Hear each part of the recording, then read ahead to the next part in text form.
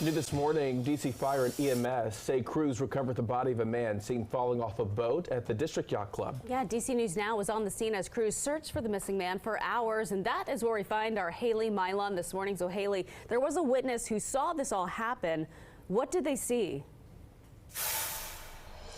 Well, Tanaya, Corey, you can only imagine how terrifying that was for the person who saw this happen right behind me. That person seeing a man standing on a boat here at the District Yacht Club and falling over, and then the person didn't resurface after falling off of the boat into the water. Now, the call came in around 6:30 last night. The witness said they saw a man fall from the boat, not resurface, and after 90 minutes of searching, the mission turned from one of search and rescue to one to recover the person's body. Dive teams from DC Fire and EMS as well as MPD used sonar to search for the man.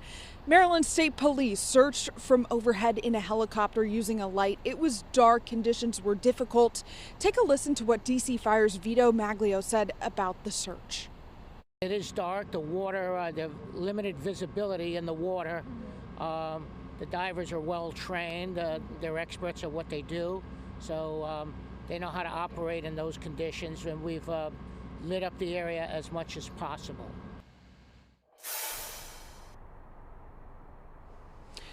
Yeah, the yacht club here now is lit up. It is bright now, and you can see 3 feet in front of you. That wasn't the case last night when these crews were looking for that man. Again, that man found deceased late last night, just hours ago. We're still working to learn what led up to him falling off of the boat. For now, in Southeast, Haley Milan, DC News Now.